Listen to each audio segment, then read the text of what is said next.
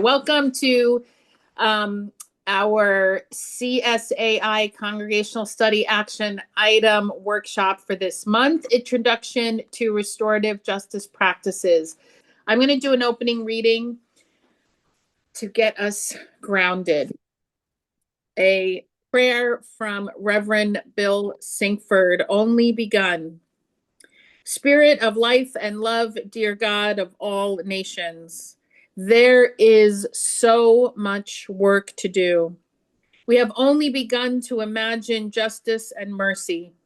Help us hold fast to our vision of what can be. May we see the hope in our history and find the courage and the voice to work for that constant rebirth of freedom and justice. That is our dream. Amen. So today we will be talking, this is a just overview of what we mean when we use the term restorative justice. And I will be just sharing a framework of restorative justice over the next 90 minutes. There will be 3 opportunities throughout the 90 minutes for small group share. Those will not be recorded and the report backs won't be recorded. We are only recording the presentation itself. So folks, either if any of you want to go back to it or folks who could not attend today want to view it. So next slide, please. I want to acknowledge that the resources from this entire presentation come from 3 places, the information: a Center for Restorative Solutions, UUA Leader Lab. The Central East region created a document called Restorative Practices for Faith Communities, and then the International Institute for Restorative Practices. All really great sites and there is a lot of information online about restorative practices and restorative justice. But I wanted to lift up where I got the information for today. So I'm going to start with, next slide. What is restorative justice? So based on, this is all I got from this book because I haven't read it. The Little Book of Restorative Justice by Howard Zehr. Restorative justice is a process to involve, to the extent possible, those who have a stake in a specific offense and to collectively identify and address harms, needs, and obligations in order to heal and put things as right as possible. I would also like to reframe this a little bit in terms of, instead of using the term putting things as right as possible, I would actually say in order to heal and repair. I like to name repair. Next slide, please. So this, Pam Orbach, is the founder of a Center for Restorative Solutions, and this is from her work, Changing the Paradigm from Retributive to Restorative and Transformative Justice. Restorative justice and a wide range of restorative practices have been used effectively by Indigenous peoples, governments, and communities around the world and in the United States as a victim-centered, needs-based, and community-driven approach to conflict and crime that promotes connection, accountability, learning, and healing. Restorative justice is a relational and voluntary approach to conflict and accountability that sets its focus on what harm was done, who bears responsibility, all in service to repair. Community-based restorative justice practices empower those most involved in and impacted by a particular conflict, those harmed, those who caused harm, and the community, to come together in facilitated dialogue to understand the consequences of what happened, take responsibility, and collectively decide how to repair the harm, restore relationships, meet individual needs of all involved, and transform conditions in the community. Restorative justice provides a community-based healing and accountability alternative to blame and punishment that can be applied at any level of conflict, and at any stage of that conflict as an alternative or support to coexisting punitive, disciplinary, and justice systems.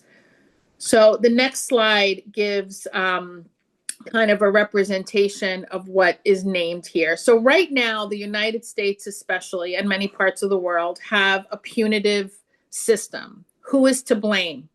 It's adversarial and often neglectful. I mean, we have heard over, it's really in our faces right now in the last year, people being picked up and literally lost in the system or sent away or put in prisons and camps. So, this was written many years ago, but it is now really highlighted what's happening. So adversarial and neglectful. Authority determines punishment. Receiver has little voice, may not know the outcome. Punishment often isolates and shames. Punishment is often kept secret. Community does not restore trust.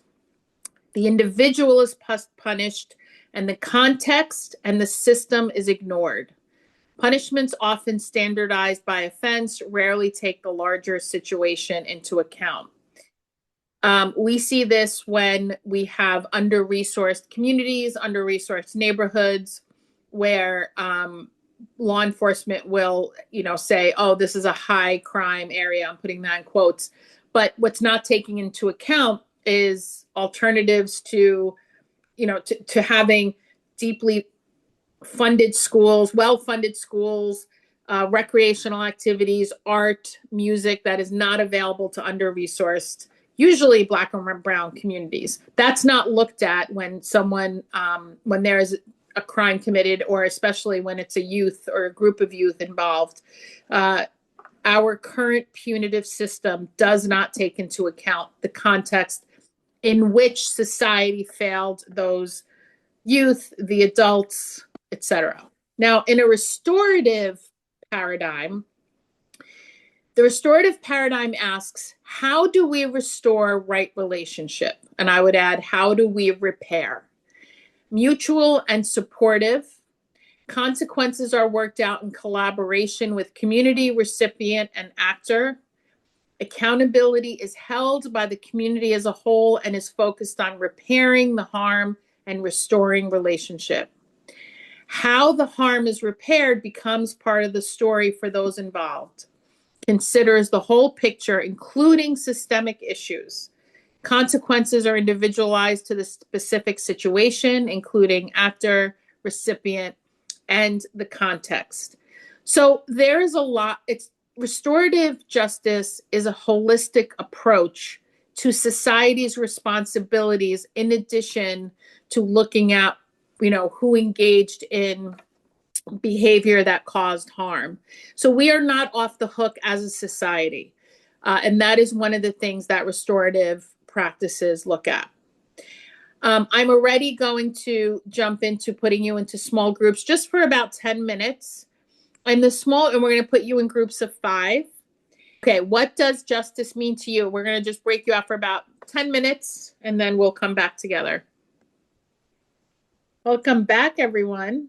So right now, I'd love to take maybe two or three comments, very briefly, just what came up for your group when talking about what justice means to you. And you could just unmute. One of the things that we talked about was equity, and from General Assembly, the terms of ad hominem, that we do not attack the person. We talk about the ideas, the policies of the administration, and that's something that I have difficulty with my Republican congressman here in Tucson. I have to keep writing him, not that you are, but I object to your policies, to your voting record, to what you're not doing about this administration and its policies. So justice means focusing on the ideas, the policies, not the person. Thank you. Thank you. Anyone else? I'll summarize from my room.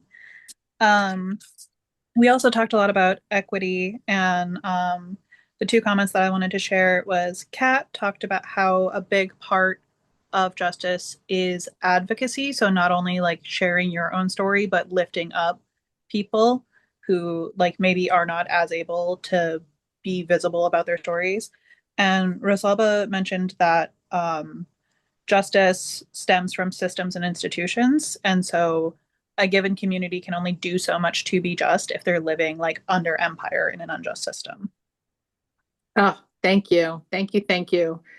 All really helpful and on point reflection. So we're going to move on and go to the slide. Yes. So this is a quote from Adrienne Marie Brown's book, Emergent Strategy.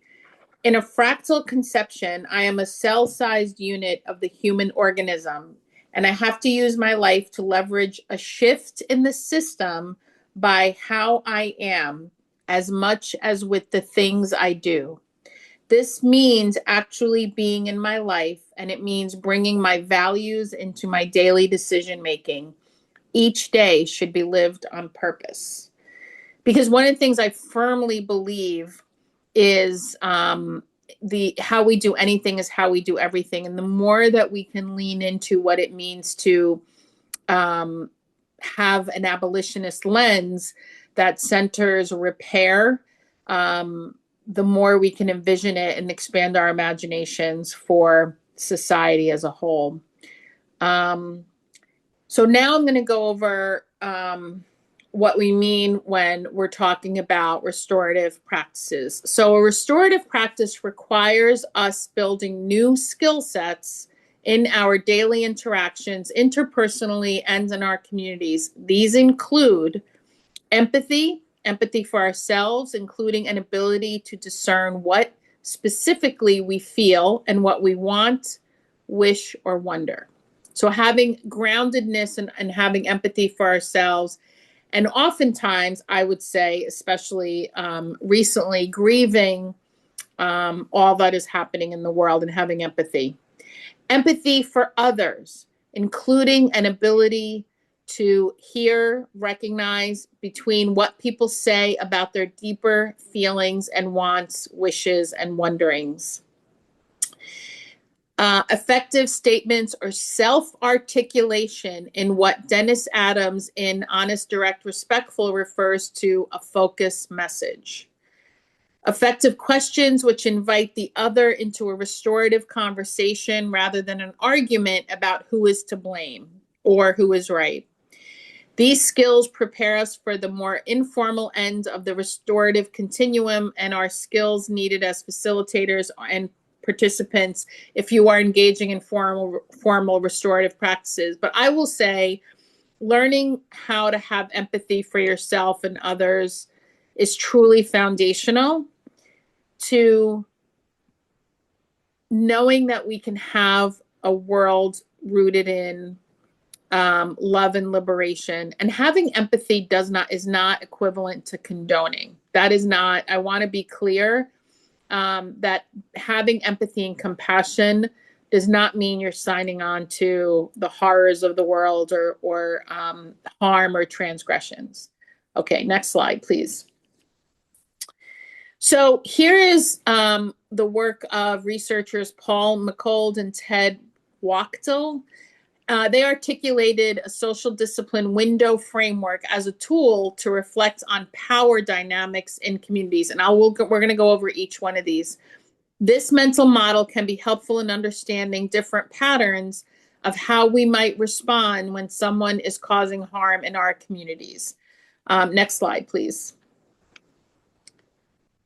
The model has 4 quadrants of how a community might respond to a person who has caused harm, with the horizontal axis being how much support is given to the person and the vertical axis being how much accountability is expected from the person. And I'm going to go through each one. Next slide, please. So neglectful, low support accountability, which is one of the quadrants. When the community doesn't have a shared sense of appropriate behavior, Members may have an individual understanding of what constitutes good manners, this is their language, or what behaviors are acceptable. People feel free to behave however they want and can cause harm. No one in the community is empowered to provide direction, support, or accountability for the situation. The people who experience or observe the harm see the community neglecting the thriving and safety of some of its members. Some will see harmful behaviors as the norm and will feel free to engage in them. Others will feel anxious or fearful and will leave. So this is one of the quadrants: neglectful, low support, low accountability. Next slide, please. Permissive is high support, but low accountability. And they describe it as when a community articulates its ideals about how each person has inherent worth and dignity and may have a covenant, but doesn't actually address situations where covenant is broken or harm happens, the community is giving implicit permission for the problematic behaviors to continue.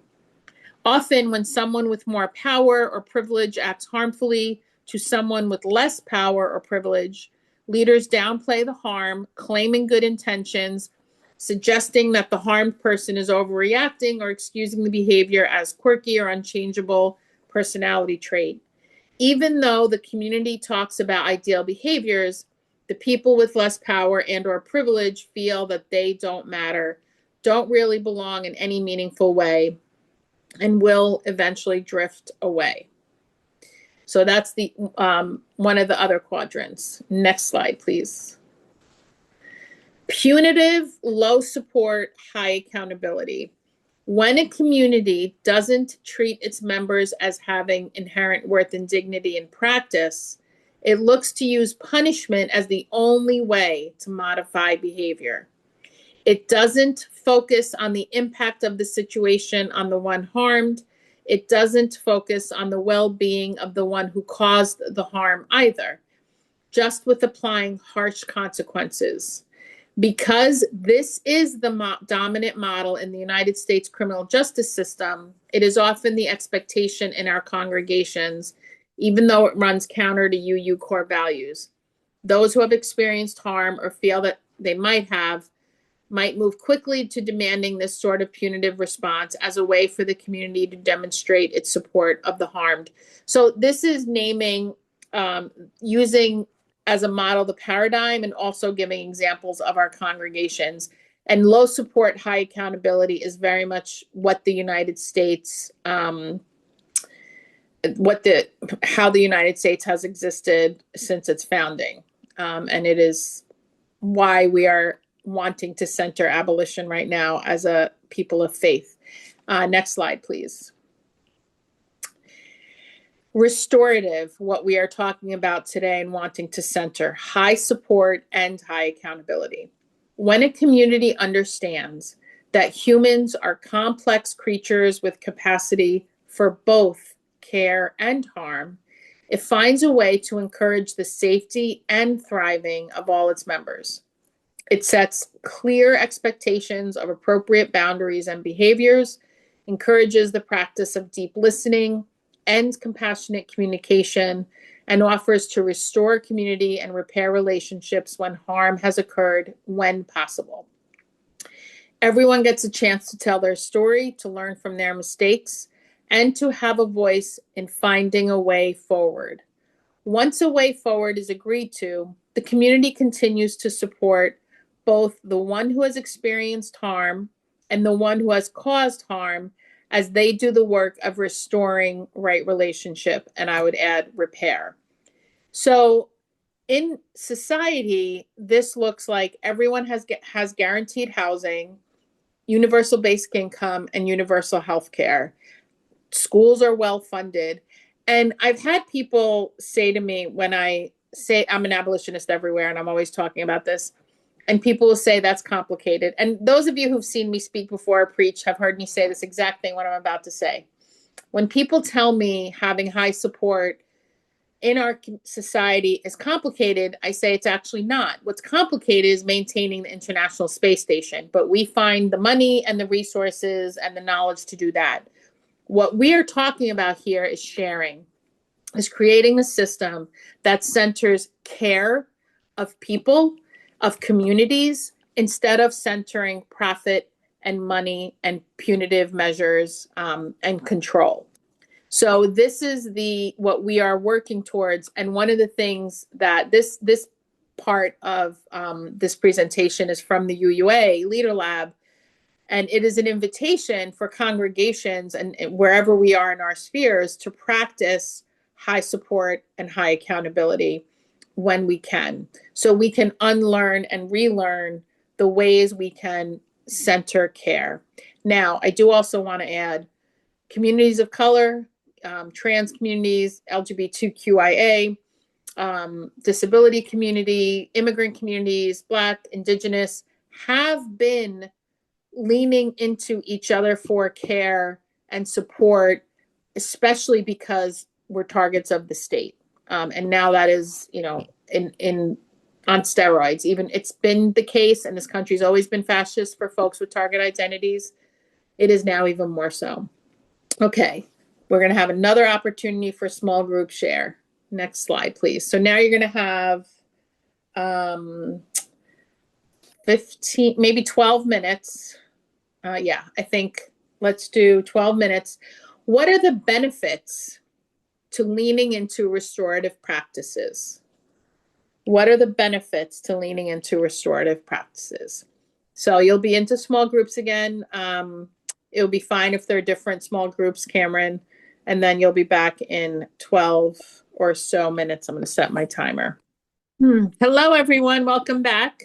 We'll take a few, maybe a couple responses and reflections on the benefits to leaning into restorative practices.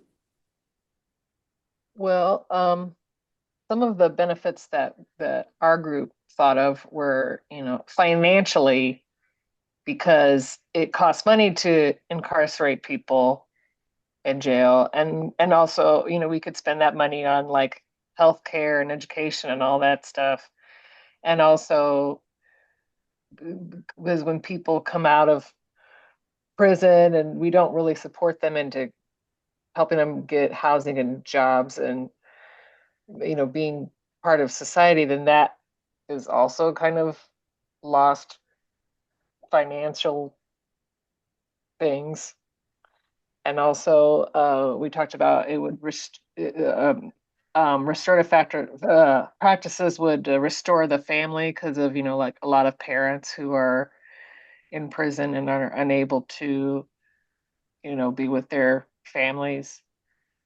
And Thank you. Yeah, it is mind-boggling how much money goes into the for-profit prison industrial complex, which even the fact that it's for-profit is abhorrent. Others? Yeah, our group talked a lot about how the victims of crimes are not helped in any way by the current system. There's no real feedback for them. There's no way to address their harm. I mean, supposedly somebody goes to jail, they feel better. I mean, that's really not how you heal people or help them heal. And restorative practices certainly do attempt to do that. Thank you. Yeah, that's a very good point. It was part of the model that I described and was reading from. Yeah, it's neglectful. It's just we not only imprison people and put them in a cage, but there's no care for the people impacted or the families. So it is a very much punitive and fractured and cruel system. Thank you. One more, if anybody is moved to share. I can go. Go ahead. This is Will. So in my group, there was Linda and Carla and Steve, and I was very encouraged by the examples they used from their own local experience in Stowe, Massachusetts, Chicago, Illinois, Honolulu, Hawaii. Basically, what I heard is that by leaning into the benefits of restorative justice is that it transforms the parties. So if there's that open dialogue in a safe space, each party has an opportunity to hear the other's predicament or hardship or challenges. And there are instances where, sort of the person bringing the complaint might be transformed, and they see the other person for the first time and might even concede on some issues or withdraw what could be, litigation. Whereas also the person who is accused gets to be heard and express themselves in a way that it could transform the other person to yield, but also there's a learning opportunity for both parties that going forward, they may be resorting to dialogue instead of whatever, crime the system charges people with. And encouraging in Chicago, what I heard is that there's a restorative justice, I think, hearing setting as an alternative to the judicial system for 16 to 24-year-olds. So can learn early. Thank And you. Then it takes all sides too. I just want to add, in Stowe, Massachusetts, the police chief there is very big on restorative justice and finding alternatives, which is a money saver and helps the community. Thanks. Thank you so much. And in fact, I read somewhere, and I'm sorry I don't have a citation, that by the end of Obama's presidency, the prison population was actually decreasing. So the cynic in me says that the for-profit industrial complex had a lot of incentive to create the mythology around immigrants and the need for even more incarceration. Thank you all. Thank you so much. And we're now going to go to next slide and give kind of an illustration, I guess, of what does a restorative practice look like in our congregations to kind of bring it home, and what it could. This is also from the UUA regional staff. So we begin with effective statements, self-articulation. So this means our covenants are grounded in mutuality. We promise to stay in relationship by taking the time to listen deeply to one another with empathy, especially when there is disagreement. Different cultures have different frameworks to socialize and describe this, quote, golden rule of using our own experience to treat others as we want to be treated. But as we develop intercultural skills, we realize that we also need to consider self-determination, choice, consent, as well as power structures that have caused past hurts. We need to move toward what some call a platinum rule, treating others how they want to be treated. So leaning into empathy and having clarity that the community, any individual in the community will be supported and affirmed by the community, but it's not that everyone's seen as the individual and supported in the way that they need and they consent to. So that you begin there. You begin with having an understanding and clarity of empathy for yourself and others. Observation. So making an observation about when an incident happened or when impact has occurred, what happened, and describe the incident with just the facts, which sometimes can be challenging, I will own, for me, because it's hard not to interpret or judge. So avoid interpreting or judging what you observe. For example, say Chris was yelling at Pat and pointing a finger at Pat's face during coffee hour. Oh my. Rather than Chris was bullying Pat or Chris is a jerk. Also be aware that everyone's observations can still impact their is impacted by their cultural frame of reference. So this, if someone is in the position of being a facilitator, it's important that you're able to name the behavior. And here they're saying just the facts. I will frame it as what you want to say is, here's what the observable behavior is. Someone was yelling, someone was pointing a finger. Because when words like this person was bullied, or this one has a good or bad attitude, or, that's not descriptive, and it's loaded with judgment. Next slide, please. Impact, be able to say how you personally were impacted at the time. And yes, it may feel vulnerable to share feelings when someone has hurt someone else. Each person should get to choose how much of their feelings to share and with whom. I felt scared of Chris and embarrassed. There were visitors that Sunday. I was really upset that Pat ignored my suggestion and now was avoiding me. So this I want to also name, and I apologize because we only have 90 minutes and I wanted to get highlights. These set of the list that I'm reading from about what a restorative practice could look like is, let's say someone from regional staff or the UUA or even a mediator comes in. These are some of the ways that there can be intervention is, have empathy, name the observation. What did people observe? Because when there's an incident, for example, the observation incident was something that happened at coffee hour. Everyone in the room who witnesses this is impacted, right? There is an impact in, you don't know what people's history is with aggressive behavior or behavior that is can be perceived as aggressive. You don't know what people are carrying. And so anyone in the room who sees someone shouting or raising their voice and pointing a finger at someone else, that impacts everyone in the room. So it's important to observe what you observe.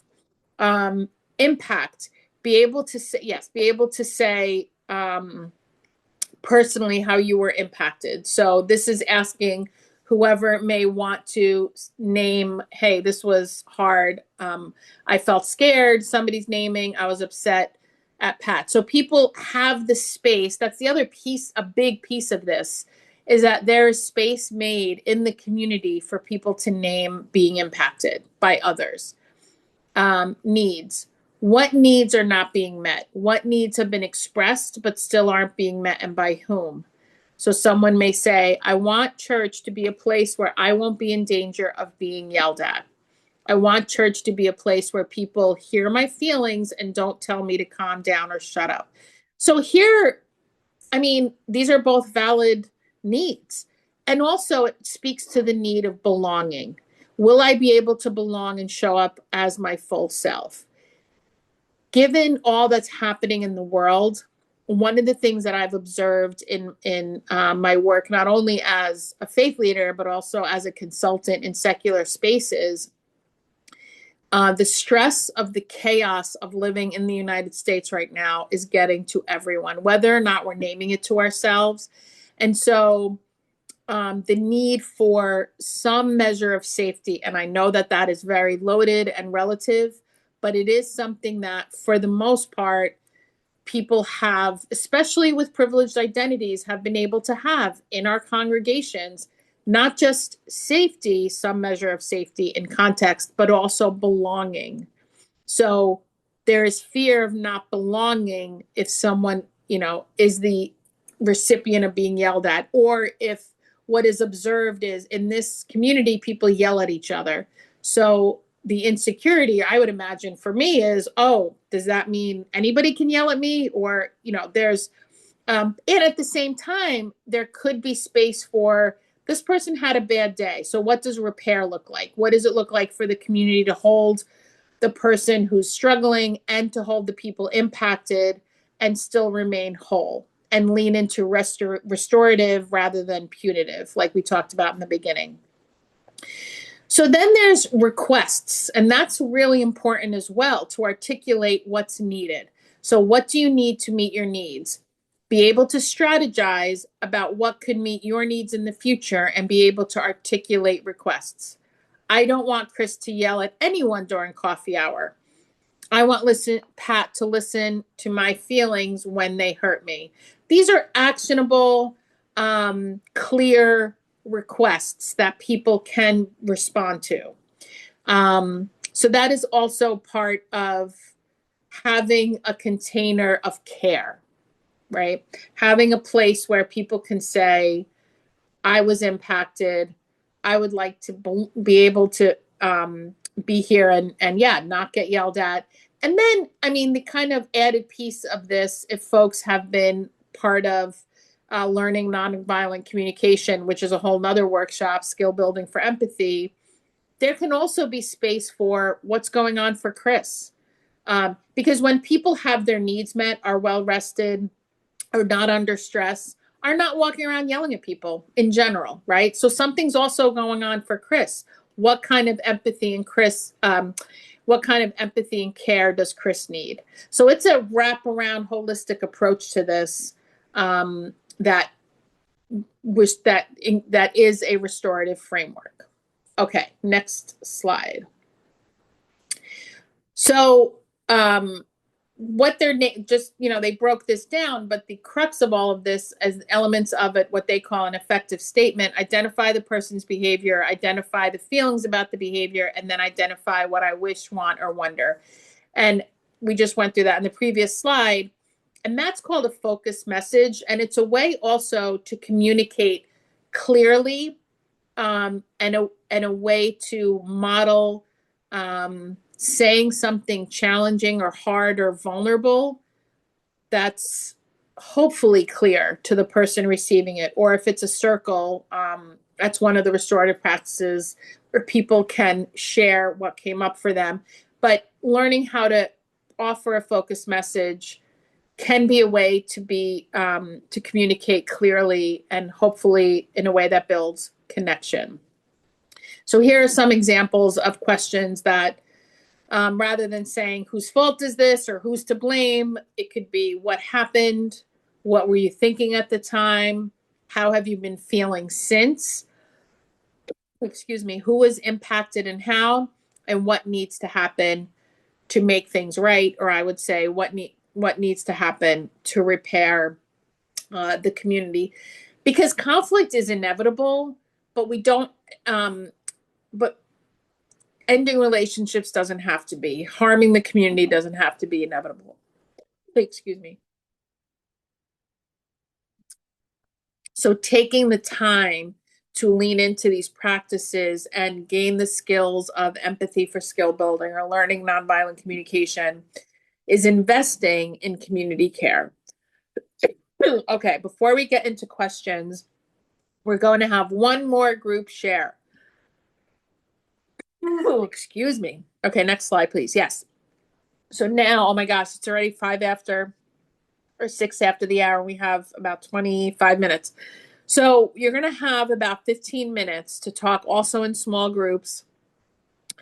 What would we need, we as a society, to unlearn from our social conditioning to lean into the idea of replacing punitive practices with restorative practices? So what would we need to unlearn? Because we've been conditioned as a society, we've been conditioned into crime and punishment. Everything's about punishment, right? Retribution. So what do we need to unlearn so that we can replace punishment with restoration?